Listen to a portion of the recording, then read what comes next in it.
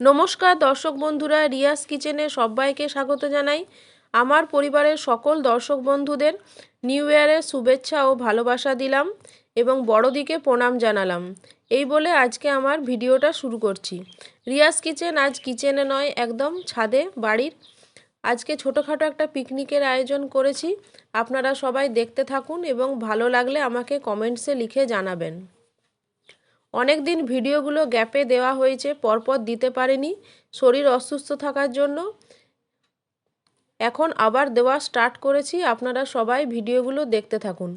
তো এবারে জলখাবারের আয়োজনে চলে আসি। জলখাবারে ছিল কলা, পাউরুটি, কেক, ডিম সিদ্ধ এবং চপ। আমার ছেলে এখন জলখাবার তৈরি করতে বসে পড়েছে। এবার সবাইকে দেওয়ার পর্ব চলছে।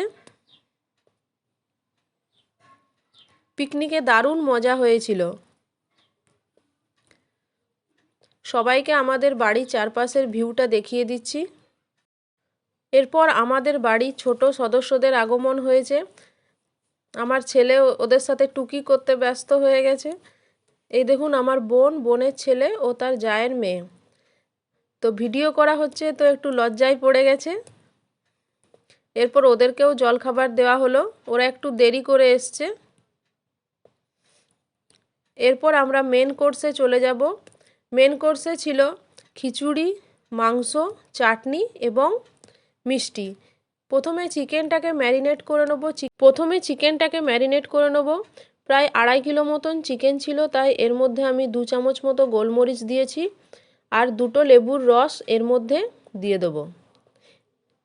এরপর ভালো করে মাখিয়ে নিতে হবে এবং 1-1.5 ঘন্টা রেখে দিলে এর স্বাদ দারুণ হয়। তো আমার 2টো লেবুর রস দেওয়া হয়ে গেছে। এখন আমি এটাকে ভালো করে মাখিয়ে নেব।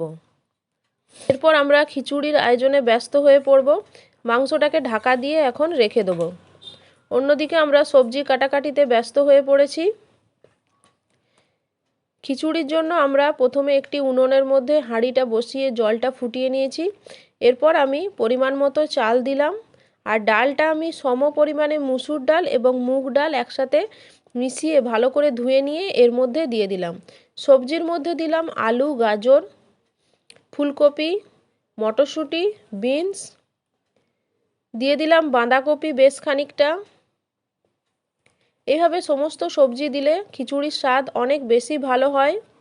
দিলাম হলুদ গুঁড়ো, 1 চামচ মতো ধনে গুঁড়ো এবং জিরে গুঁড়োটা অল্প পরিমাণে দিলাম, যেহেতু ভাজা মশলা দেবার সময় ওর মধ্যে জিরে গুঁড়ো থাকবে। এরপর 1 চামচ মতো মিট মশলা দিয়ে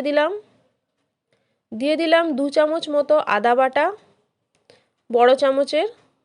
এরপর ভালো করে মিশিয়ে নিলাম। ও একটা জিনিস তো দিতে ভুলেই গেছি, সেটা হচ্ছে পেঁয়াজ।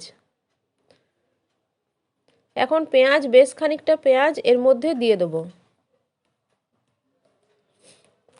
এইভাবে খিচুড়িটা রান্না করে নেব। খিচুড়িটা হয়ে গেলে সবার শেষে কড়াইয়ে সর্ষের তেল দিয়ে ওর মধ্যে শুকনো লঙ্কা, 5 ফোড়ন ও তেজপাতা ভালো করে ভেজে নিয়ে এর মধ্যে ছুঁক দিয়ে দেবো।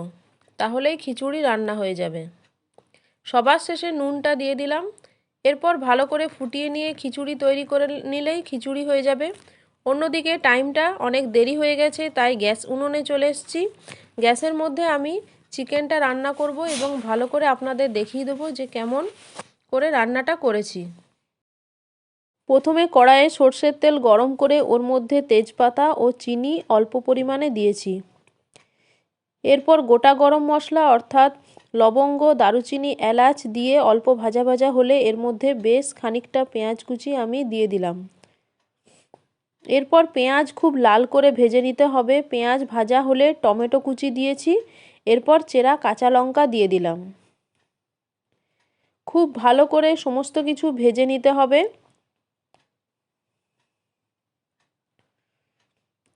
ভাজা হলে এর মধ্যে আমি আদা ও রসুন বাটাটা দিয়ে দেবো। সম পরিমাণে আদা রসুন মিক্সিতে ভালো করে বেটে নিয়েছি। আদা রসুন বাটা দেওয়ার পর নাড়াচাড়া করে অল্প একটু ভেজে নিতে হবে। অল্প একটু ভাজার পর প্রায় মিনিট দুয়েক মতো ভাজার পর এর মধ্যে আমি গুঁড়ো মশলাগুলো দেবো। প্রথমে দিলাম হলুদ গুঁড়ো, এরপর দিয়ে দেবো কাশ্মীরি রেড চিলি পাউডার, তারপর ধনে গুঁড়ো, জিরে গুঁড়ো, সবশেষে দিয়ে দিলাম নুন। পরিমাণ মতো নুনটা দিতে হবে যেহেতু মাংসের পরিমাণ বেশি। নুনটা দেওয়ার পর অল্প একটু নাড়াচাড়া করে নেব। মশলাটা প্রায় কষানো হয়ে গেছে, এখন ম্যারিনেট করে রাখা মাংসটা দিয়ে দেবো। চিকেনটাকে আমি আগে থেকে গোলমরিচ ও লেবুর রস দিয়ে আগে থেকে ম্যারিনেট করে রেখেছিলাম, এখন সেটা দিয়ে দিলাম। মশলার সাথে চিকেনটাকে ভালো করে মিশিয়ে নিতে হবে। যে সমস্ত দর্শক বন্ধুরা চ্যানেলটিকে সাবস্ক্রাইব করেননি তাদের কাছে চ্যানেলটিকে সাবস্ক্রাইব করার অনুরোধ রইল। এরপর আমি একটা ঢাকা দিয়ে দেবো এবং কম আঁচে মাংসটা কষতে থাকবো। তবে ঢাকা দিলেই হবে না, মাঝে মাঝে উল্টে পাল্টে দেখতে হবে যাতে তলায় মাংসটা লেগে না যায়। এইভাবে ঢাকা দিয়ে কম আঁচে মাংসটা রান্না করলে খেতে খুব সফট এবং জুসি হয়। তো এইভাবেই আমি মাংসটাকে কষিয়ে নিলাম। প্রায় শুকনো হতে হবে। এভাবে কষতে কষতে যখন মাংসটা প্রায় শুকনো হয়ে আসবে তখন এর মধ্যে আমি অল্প একটু জল দিয়ে দেবো। তো মাংস কষানো প্রায় হয়ে গেছে, এখন আমি এর মধ্যে পরিমাণ মতো জলটা দিয়ে দেবো। এরপর আমি পরিমাণ মতো জলটা দিয়ে দিলাম। যতটা ঝোল রাখবেন ঠিক ততটাই জল দেবেন। জলটা বুঝে দিতে হবে। জলটা দেওয়ার পর অল্প একটু নাড়াচাড়া করে নিলাম। এরপর আমি একটা বড় হাঁড়ির মধ্যে মাংসটাকে ট্রান্সফার করব। যেহেতু ছাদে নিয়ে যেতে হবে, ছাদে খাওয়া দাওয়া হবে, তাই কড়াই নিয়ে গিয়ে ছাদে নিয়ে যাওয়া খুব অসম্ভব, তাই হাঁড়ির মধ্যে আমি ট্রান্সফার করে নিলাম। এরপর ঝোলটা 10 মিনিট ফুটিয়ে নিলেই মাংসটা রেডি হয়ে যাবে। তো মাংসটা রেডি হয়ে গেছে। নামাবার আগে আমি দিয়ে দিলাম টমেটো সস। এরপর আমি দিয়ে দেবো ধনেপাতা কুচি, বেশ খানিকটা ধনেপাতা কুচি এখন আমি এর মধ্যে দিয়ে দেবো। ধনেপাতা কুচি দেওয়া হয়ে গেছে। এরপর আমি দিয়ে দেবো ভাজা মশলা, অর্থাৎ শুকনো কড়াইয়ে জিরে, এলাচ, লবঙ্গ, দারুচিনি, শুকনো লঙ্কা ড্রাই রোস্ট করে তারপর গুঁড়ো করা। তার আগে আমি কয়েকটা কাঁচা লঙ্কা দিলাম। এখন আমি ভাজা মশলাটা দিয়ে দেবো।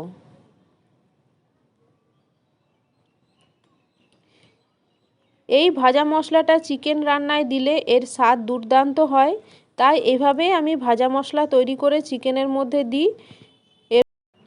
ব্যাস মাংস রেডি হয়ে গেছে এবং অন্যান্য রান্নাগুলোও প্রায় রেডি হয়ে এসছে। এরপর খাওয়া দাওয়া শুরু হবে। তো সবাই এখন খেতে বসেছে। প্রথমে সবথেকে ক্ষুদে সদস্যরা খাওয়া দাওয়া করে নিচ্ছে। ক্যামেরার সামনে আসতে সবাই একটু লজ্জা বোধ পাচ্ছে, কিন্তু সবাইকে এখানে বসানো হয়েছে। তো এইভাবেই আমাদের পিকনিকটা শুরু হয়েছে। আমার বোনের ছেলে খাওয়ার সময় ভীষণ দুষ্টামি করে, তাই ওর মা ওকে খাওয়াতে বসেছে ঠিক করে খাওয়ানোর জন্য। এরপর বড়দের খাওয়া দাওয়া শুরু হয়ে যাবে। এরপর একে একে আমরা সবাই খাওয়া দাওয়া শেষ করেছি। যেহেতু আমি আপনাদের নতুন বন্ধু, বেশি দিনের নয়, তাই ভিডিওটি করতে যদি কোনো ভুল ত্রুটি হয়ে থাকে তাহলে ক্ষমা করে দেবেন। আর চ্যানেলটিকে সাবস্ক্রাইব করতে ভুলবেন না। আবার অন্য একটা রেসিপি নিয়ে আপনাদের সামনে চলে আসব। সবাইকে নতুন ইংরেজি বছরের শুভেচ্ছা ও ভালোবাসা জানালাম। আপনারা সবাই ভালো থাকুন, সুস্থ থাকুন।